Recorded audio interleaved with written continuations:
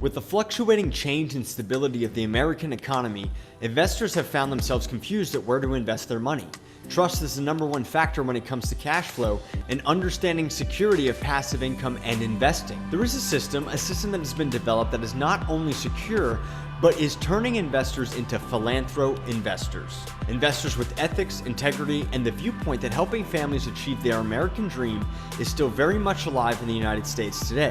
Equity&Help is a company founded on integrity, ethics, and help. The focus is purely on the concept of helping families move into stable homes, save neighborhoods, and for investors achieve cash flow that is stable and secure. Imagine putting your money to good use and helping families all the while making a passive income.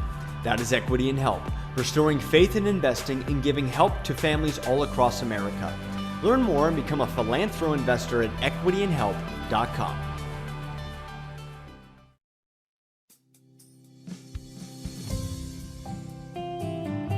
Have you ever lost money in the speculative investment world? Did you feel out of control? There's a direct correlation between knowledge and success. Greater insight and control leads to greater success of your portfolio. At Equity&Help, we know it's not up to you to do the hard work. That's on us. That's why we place you firmly in the driver's seat. Did you know when you join us, you have access to a real estate philanthro investor matrix?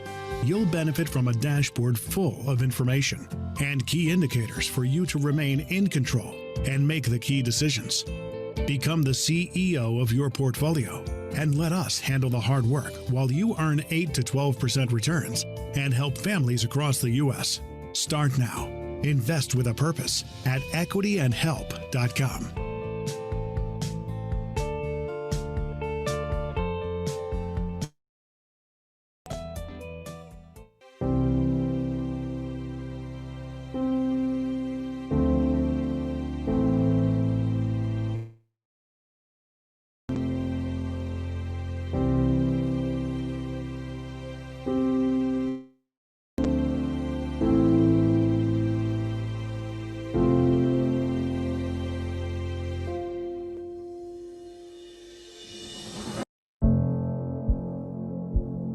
Family. It is the foundation of our society. We learn to love, we learn to grow, we learn what it means to help and be a part of a group.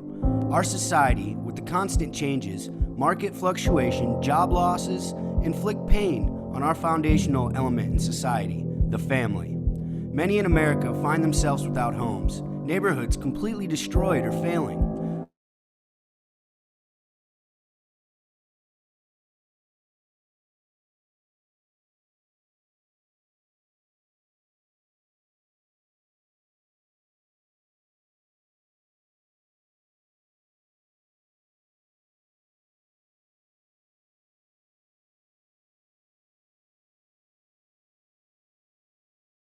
Of the homes for less than the cost of rent while paying high returns to the investors. Get involved and learn more at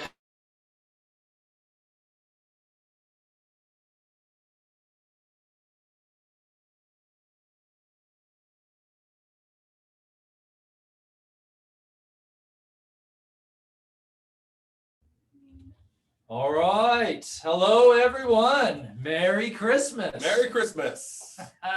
So we're doing a Christmas special here.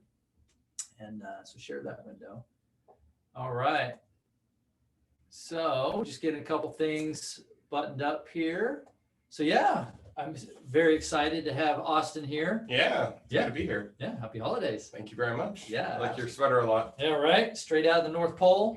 I have to represent, you know. Yeah, exactly. Yeah, we are absolutely doing fantastic, but at the same time, getting you to celebrate the holidays and family. I'm a family man, of course, so you know, so they require me wearing sweaters. Festive attire. That's right. Yeah, I hear at Equity&Help we're about to take off the rest of the year, which is really nice. Yes. Yeah, absolutely right. Yeah, we've had a great year, so that's allowed us to be able to give all the staff the rest of the year off, which is just an amazing thing to be able to have that success and that accomplishment. Yeah, fantastic. Yeah. Good. Yeah, we are doing, did you want to touch on how we're doing on the, how is Equity&Help doing on the quarters, the return? Yeah, I mean, this has really been a landmark year, honestly. Like we started this year not sure what was happening when COVID happened and how that was going to affect the return. Obviously, in all of our forecasted models, it was always very clear that we would do very well in a situation like this, but proof is in the pudding, so to speak. And it turned out we were absolutely correct. It was an amazing year. The only thing we've had any challenge with is finding enough good assets because of the way the market has been. But even with that, we've found all the assets we needed to. We haven't had any homes take more than a year to sell to a family. Our return has gone up by another, about 20%. Wow. It's just been amazing. Phenomenal, huh? Yeah. Acting like I don't know these things, but I do. Yeah, currently moving about 30 plus properties through the pipeline, right? Yeah. So absolutely fantastic. So we're loving that. All right. So today, what are we talking about here? So let's open up some slides here. So what we're talking about today is legacy planning. Don't wait before it's too late. Very true. Yeah, absolutely. It's very key. Asset protection is huge for us, right? Yeah. Lots of discussions on asset protection, how to set that up. We had a prior webinar talking about LLC's corporate structure, right? Of course. Austin helped out with that conversation as well. But today we're going to focus a little bit on those points, but some additional. So let's look at, first of all of what we're saying here is just advice. It's just opinions from us.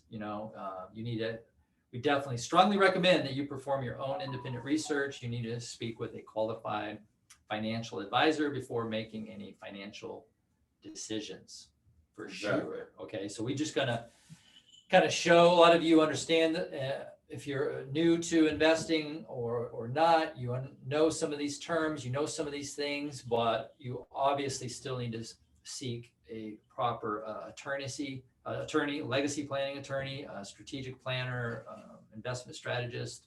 Yeah, the main purpose we have here is to start your mind kind of going on these places so you know that it's worthwhile to approach a professional or someone who's licensed in these fields and make sure that you're buttoned up correctly.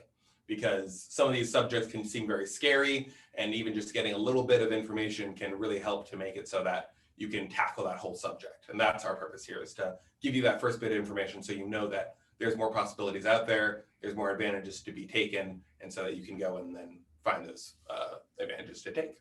Yeah, for sure. Okay. So I want to show you why do we want so much attention on asset protection? So let's look at this next slide here. Why is it important? I'll show you why. This next slide here. So legacy planning. So what is that? What we're going to be talking about here. So it's a financial strategy to create a plan for your estate after you pass away, of course. Okay. Or it's considered just that entire package of things. Okay, let's hit the next slide. I'm going to show you. So this is why. Okay, this is what we're doing day in, day out, month in, month out, year in. This is what we're building. A lot of our portfolios and clients are building up. Taking a strategy. It's just a strategy. It is your strategy. So my strategy planning with the clients that come in, even yesterday, I'm going to spend a lot of time with someone to figure out what their plan is.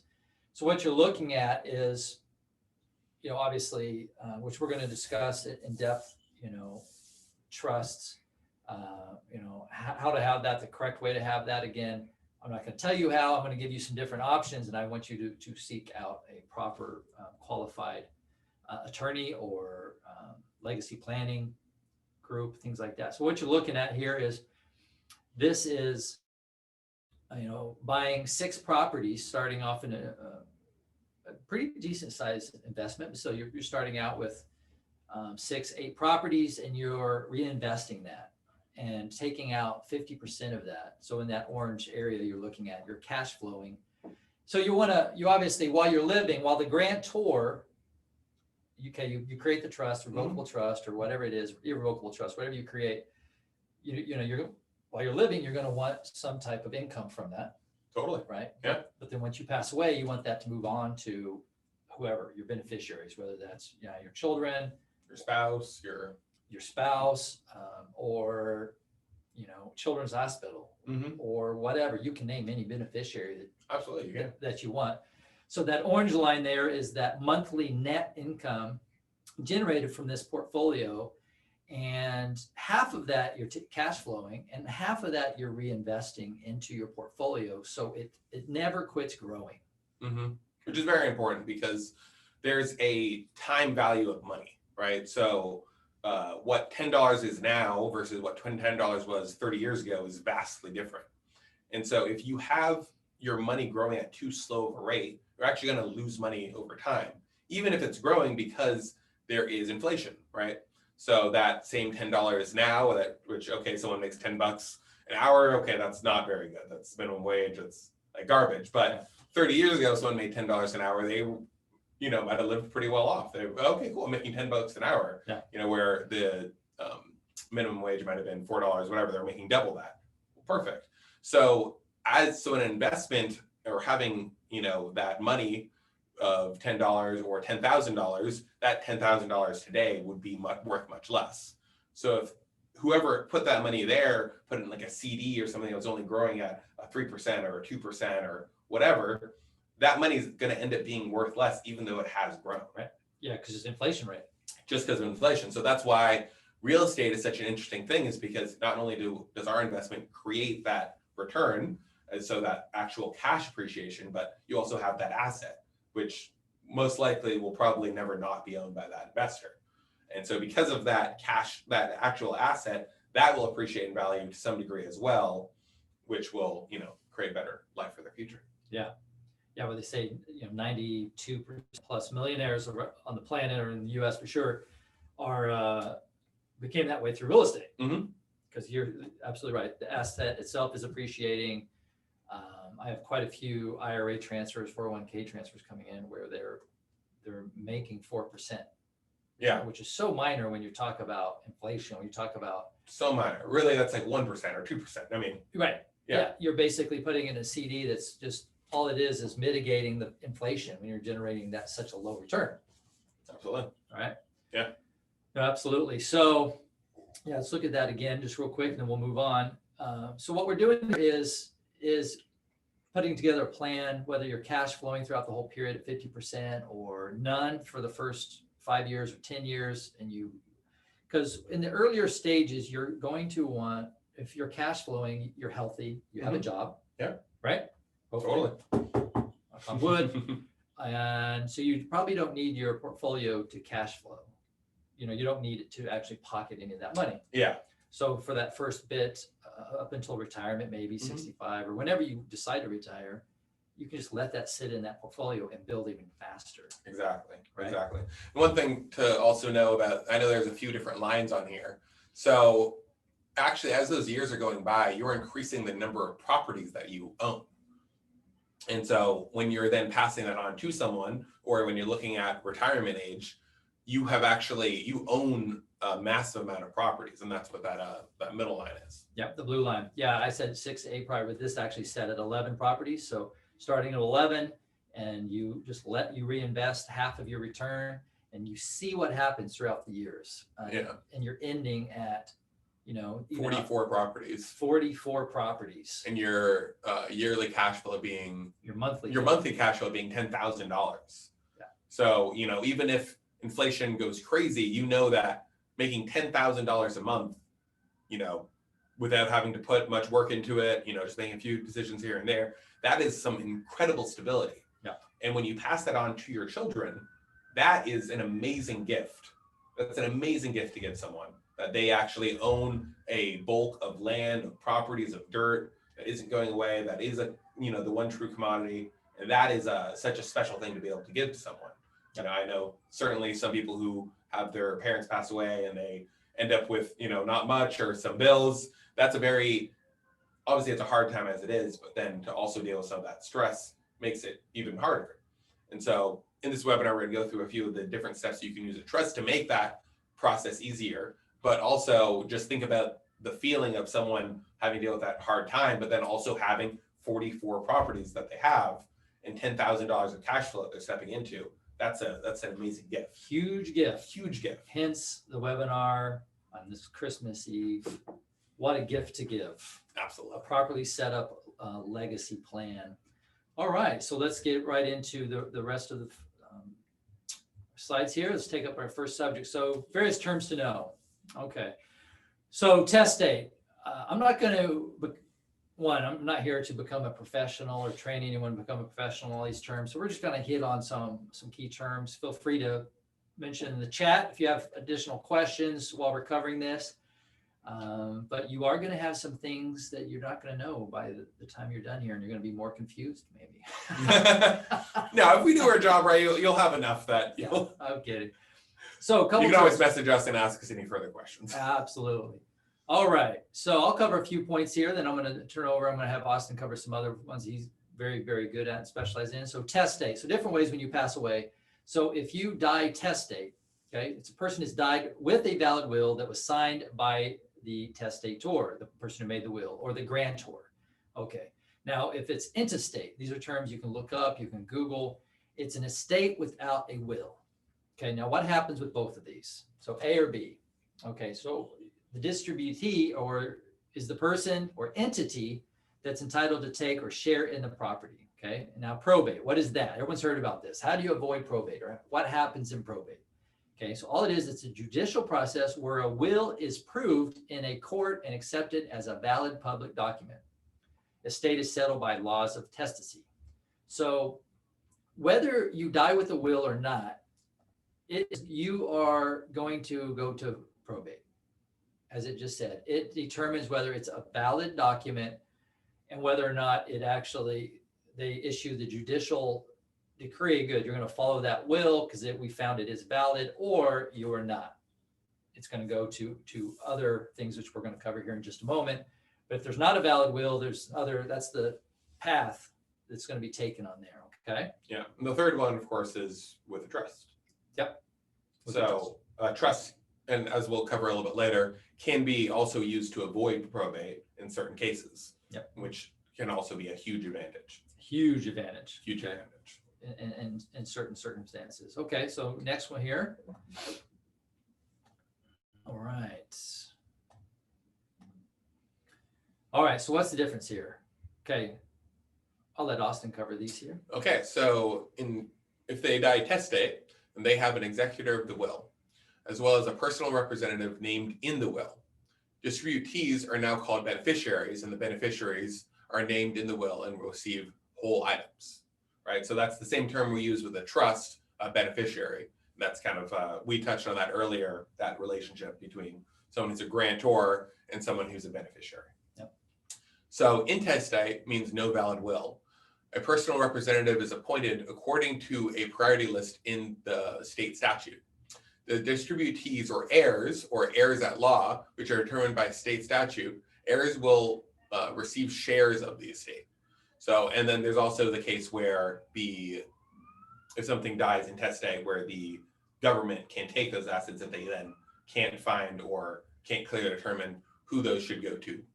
Yep. Which is also a huge concern. Yeah, absolutely. Yeah.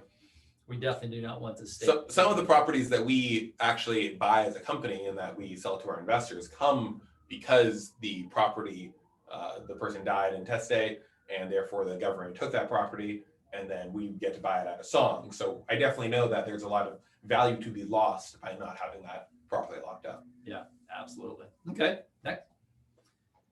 All right, so why you should start planning now. Okay, it's a long-term planning scenario, of course. One, the costs involved with doing that, you spread out a little bit, but you definitely want to. People tend to, it's a human nature to not act until there's a danger condition. Okay. Oh, it's fine. I'm healthy. I'm this, I'm that. Who cares? You know, life insurance guys, I'm sure run into this all the time where it's not an issue. There's no pressing matter. We want to operate whenever it's like now, it's a dangerous condition. But you need to do it actually now. Okay. One, you don't want to leave that to your children, to your wife. Say you have a spouse. There are spouse rules, federal in the United States, at least, and many other countries. No matter what you have, if you have a living spouse, it all goes to them anyways. It's no tax, no this and that. So it goes to them. Now, what if you don't have a spouse, or you left it to your spouse and they have no idea, especially whenever you have a kind of a complicated portfolio, properties here, properties there, stock, you have a lot of missing pieces all over the place. Is that something that you're going to, it's a very stressful time anyways, because your spouse just passed away. I have had that. unfortunately, with my uncle, he died kind of quickly, left his wife with a huge confusing mess of not knowing what was going on. It took a lot of work, and I actually saw her go through all of that, and it was, it was pretty terrible. So you definitely want to avoid that. That sounds pretty bad. Yeah, it's super bad. Okay, let's look at the next one here. All right, I'll let you cover this one. All right. So legacy planning provides stability for your family.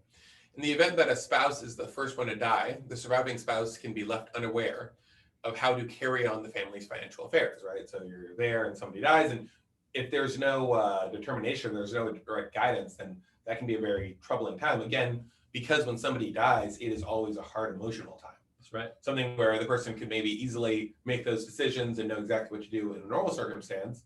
They're stricken by grief, that makes it much more difficult, right? Yeah, usually.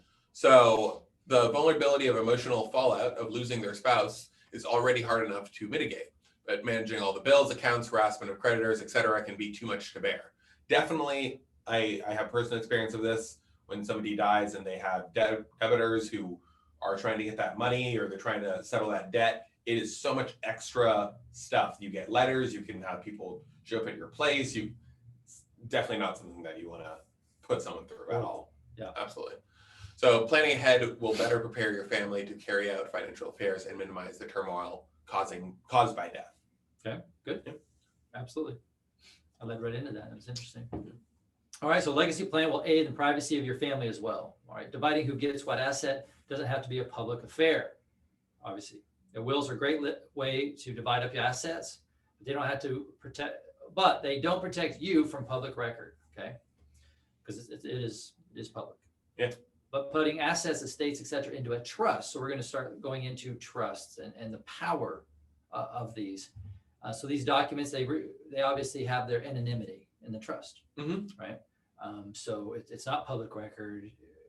Debtors are coming, this and that kind, a lot of that stuff is privacy. And we have a lot of experience in this area of the asset protection, the privacy, and using trust to do that. Okay, next one.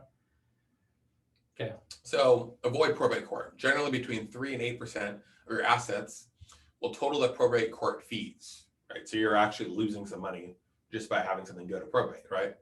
Or your loved one is. Yeah. So however, the higher percentage is for smaller estates as they are often fixed costs that must be met, right? So for example, a $1 million estate may cost $80,000 to execute, but it would be unreasonable for a $100,000 estate to cost $8 million. $8 million to execute. Exactly. Or $100 million estate to cost $8 million to execute. Yeah, there's caps on them, and there's just different sliding scales on it. And this is something that the tax tables, estate tables, and stuff like that you can look up and determine. And there's federal thresholds that have to be met on estate taxes, but probate is a whole different. There's a lot involved with it. Yeah. Am I in a state that has estate taxes? What are the probate court rules in my state? What kind of assets and what country do I have my assets? I live in New York, but my properties are in other states. I get taxed at the New York rate, which is extremely high. The top state tax rate is about 40%. It's huge. But there's lots involved with all of that you need to start deep diving into and understanding. If you do not have your legacy plan fully laid out, you need to make that your 2021 resolution. Absolutely. Yeah. And then transfer taxes are also a huge factor. I once met someone who had inherited some farmland that they had lived on all their life.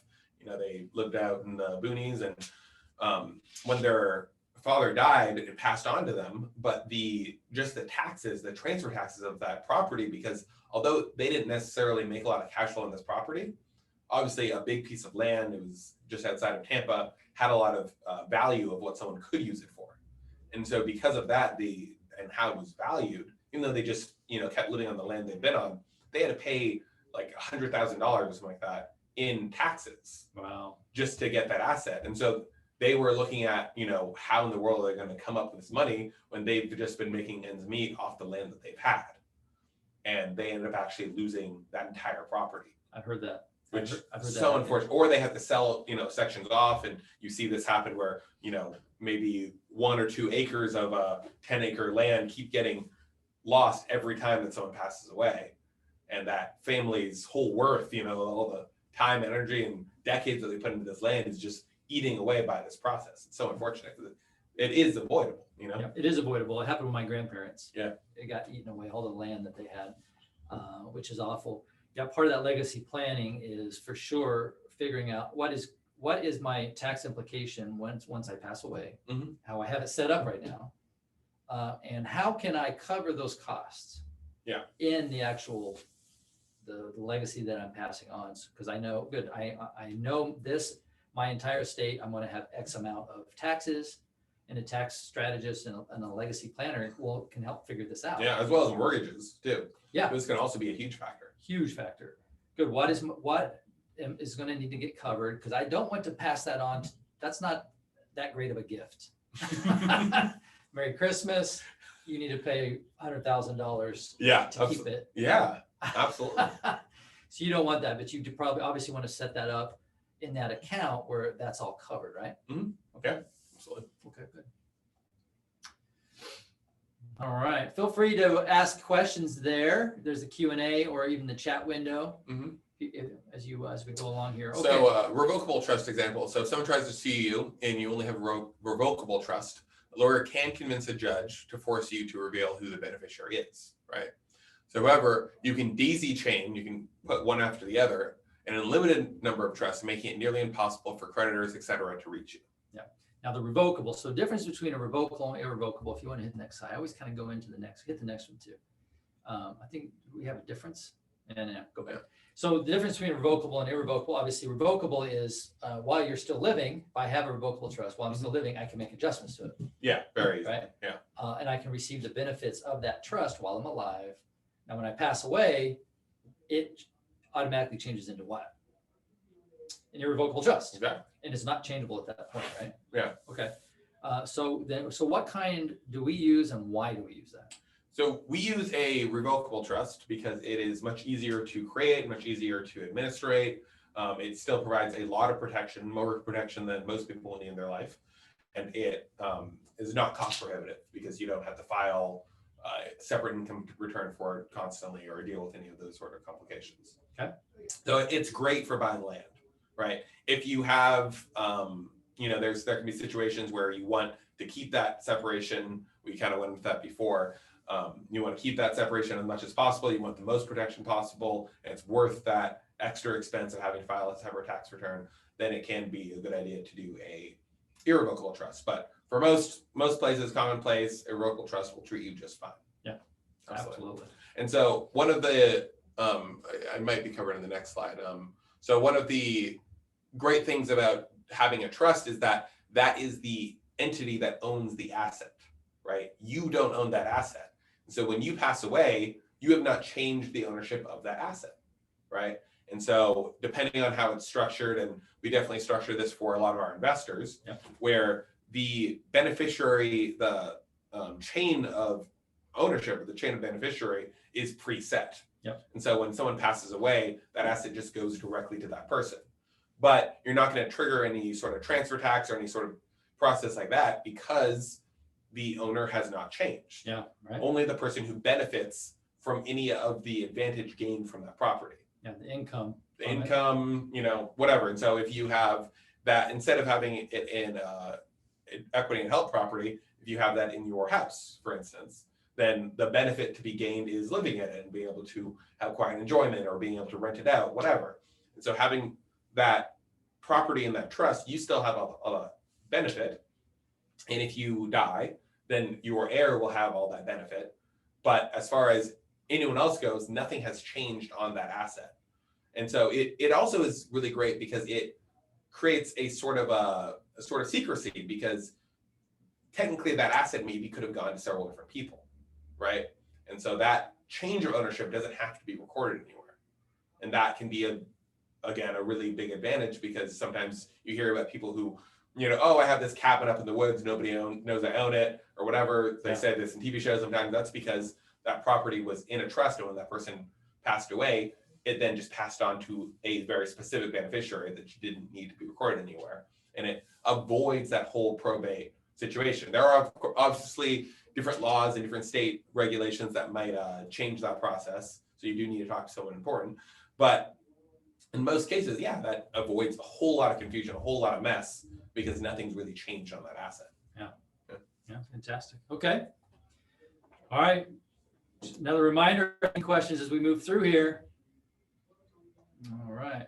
Let's see what we have here. All right. Tax planning for fee avoidance. So many people don't realize how high taxes on their states can be. We discussed that just a few minutes ago. And they also may not realize the true value of their assets. This can be problematic later as taxes can impact your estate and beneficiaries. Yeah, just as I had gone over with my friend who owned the farm.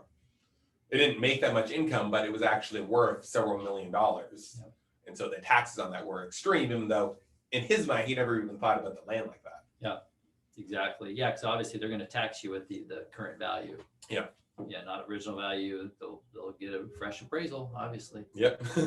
So a legacy plan with the help of a financial advisor will help you set attainable goals, such as transferring your property with as little taxation to your beneficiaries as possible. Okay, that's something that we will work with our clients continually on. Yep. Okay. So steps to take for basic legacy planning.